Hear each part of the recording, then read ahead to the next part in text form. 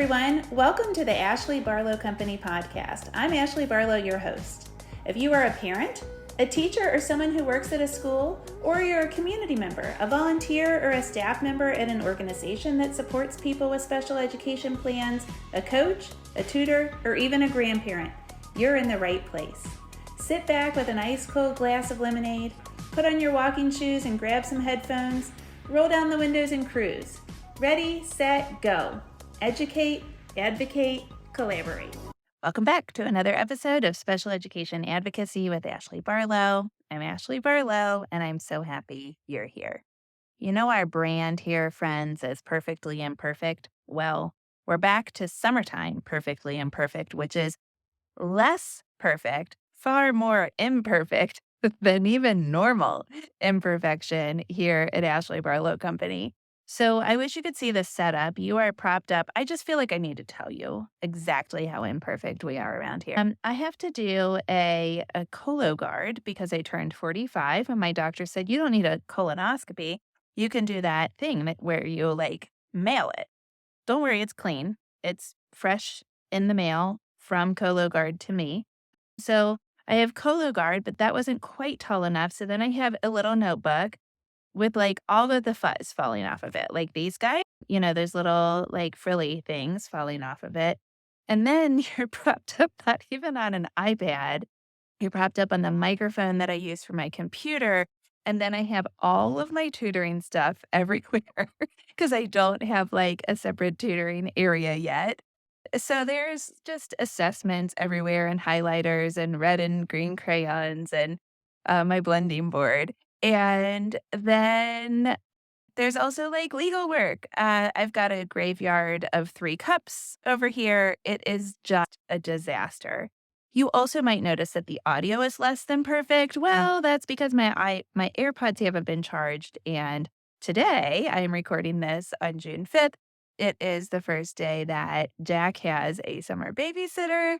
And it is the first day that we have ever tried to have a babysitter in our house while I am working from home. So here we go. Perfectly imperfect. And, I think there's a lot to learn in that. First of all, I hope it just makes me relatable to you guys. My goal here at Ashley Barlow Company is just to help. And if for no other reason, I hope that I'm helping you realize that nothing's perfect. So that's number one. But in addition to that, I hope that you see how much we get done here. Right? We really, I practice law and I have all of the resources that I have for you at Ashley Barlow Company. And none of that would happen if I had this perfection thing on myself. So we as caregivers, we as teachers, we as advocates, we as humans, and then also our children as humans can't have this, perfection thing. I am definitely a perfectionist. And so this is a coping strategy that I have developed. And I hope that you see how successful it is, how much I am able to do, and even how much I'm able to rest if I can just sit with the discomfort of imperfection. We got a lot of it going on around here. So today we're going to talk about the power of yes.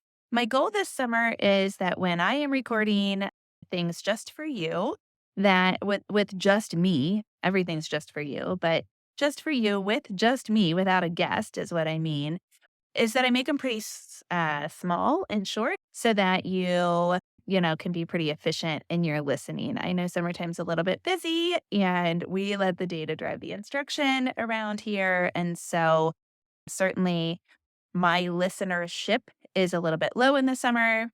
I'm sure you probably come back and listen again in the fall when things start to ramp up. But anyway, I'm going to try to keep it short and sweet for you this summer so that if you have a little bit of time on your way to drive to soccer practice or swim team or wherever you're going, you can catch up.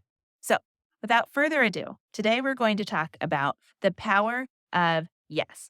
Really what I'm talking about is actually being able to say yes at the IEP table and beyond, and how doing that can really impact your meeting vibe, how it can really kind of turn a meeting around for the good. So let's talk about why that happens. This is an advocacy strategy. here's the thing, but you know what? Before we even talk about why it happens, I'm like already off my script here. Perfectly imperfect. So, we as parents, we hear no a lot, right? Like our toddlers say no, and then people become teenagers and they also start to like get an opinion about things again. And we hear no from them. A lot of parents hear no from age 0 until 50, depending on their kids' personalities and, what they're interested in. And, we don't really love to hear no, right? Like, we don't really love it, especially when no is just for the sake of saying no, right? Like that adversarial no. And so when you think about it with your kids, that toddler time is really hard. I'm telling you, I've got teenagers for the first time ever. Well, I mean, Griffin's been a teenager for 3 years, but the other day I said something that's just a fact in our family. It was something social, so I won't share it with you, but it was kind of like, well, of course that kid's going to misbehave. And Griffin was like, "Mom, that kid, he's not even like that bad." And I'm like, "Okay, this is a fact. This kid is going to misbehave." Right? And it totally is a fact. This child has some behavioral struggles and there was no judgment in what I was saying, but all of a sudden I was just wrong even about something that was a fact. Which then doesn't damage relationships with your kids, I don't wanna say that, but it makes you feel less vulnerable. It makes you feel like you're walking on eggshells all the time. It makes you feel like you can't, like, fully participate in a meeting because there is this, like, kind of contention. There's this, like, adversarial vibe to the meetings. So, where does this come from? I have parents at meetings that will say, like, "Frankly, Ashley, I don't wanna agree with anything they say because I don't trust them." And I think that's what it gets down to, is there's this, like, lack of trust, lack of vulnerability. I don't trust them, I don't like them, I don't wanna say yes to anything. If they say that the sky is blue, I'm going to say, "No, it isn't." If they say that the sky is green, I'm not gonna throw them a bone, or I'm sorry, the grass is green. If they say the sky is green, you're gonna be like, "Huh?" If they say grass is green, I'm not gonna throw them a bone and be like, "Okay, I'll agree with you that the grass is green," right? And so, what is this? I think it is a lack of trust. And if you get into, team building stuff, lots of times, I love that book, Patrick Lencioni, Five Dysfunctions to a Team. Lack of trust oftentimes will come from a lack of ability to be vulnerable, to just throw that bone, to say, I don't know the answer to something. I feel in over my head. I feel just really anxious because of the vibe around here. All of those things, like if we don't feel vulnerable and if we can't model that vulnerability, then we aren't going to be able to get to yes. And so, maybe it's this like lack of vulnerability, lack of trust, and insecurity with what we don't know. And insecurity, and that might be the special education law. It might mean the special education advocacy practice. It might be a lack of knowledge about what's happening at school. A lot of times we feel less willing to share and less willing to say yes in a meeting because we're like, I have no idea. I don't know what you guys are doing. And because I don't know, I just want to say no. Right. So, where is this coming from? Why do we have this kind of heightened emotional state where we just want to say no to everything? So, we don't like it when our kids behave this way. We don't like it when we behave this way. We don't like it when other people behave this way. So, how can we fix it? What we can do is we can say yes. I want to talk to you about how to say yes, but let's spend a second talking about the power of saying yes. I'm telling you right now, it can turn a meeting around really quickly if we just hop into yes. So, what happens when we come into yes is we address all of those things that we just talked about. We start to build trust. The smallest, simplest yes can start to build trust in our meetings. We say yes, and they're like, oh, okay, we got somewhere. Now let's see if we can capitalize on this. Now let's see if we can start to collaborate. Let's see if we can work. So we go from this like adversarial, highly emotional vibe where like our heads are butting up against each other to like, huh, maybe we can work with that. We also start to build trust then, right? Because, if somebody's going to say no, no, no, no, no, no, no, no, no, no, no, no, no to everything we say, we are not going to trust them because we're going to be like, well, they don't listen to a word I say. All they say is no, like a teenager or like a toddler. So if we can start to say yes every once in a while and model it, hey, somebody's got to do it. Why not be you? Then we're going to start to get that trust. It might take time. Not saying it's fast, but it can turn a meeting around immediately. Saying yes also builds relationships because now we're starting to collaborate. It all starts to happen. We're modeling that vulnerability, and the relationships are going to form in that vulnerability and that trust that starts to come from that. And what happens is ultimately we're trying to bring the meeting back to a place where we're making decisions objectively, where we're making decisions reasonably. If we can trust each other, if we can bounce ideas off of one another, if we can actually collaborate, then we're going to come back to something objective and something reasonable. And if we can come back to objective and reasonable instead of acting like toddlers and teenagers, we are going to get to yes faster. Okay, so how do we do it? Simple negotiation strategy. If you are entering a mediation, sometimes we'll say, where do we agree? Right? Now, IEPs aren't really built that way. Like, we don't go into IEP meetings and say, okay, where do we agree?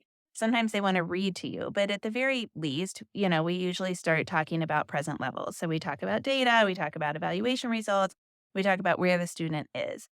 And so when they're going through that stuff, like sometimes I do let them read. Oftentimes I say, you know what, you don't have to read to us if you just want to go to where our comments are. Maybe we can do this a little bit more efficiently. But sometimes I let them read, especially if it's going to be contentious, because I'm like, just let them run the meeting. That's a win for them. Let them run the meeting the way they want to run the meeting. But also, I, will stop them when they're reading and be like, yes, that's so exciting. Yes, this is great.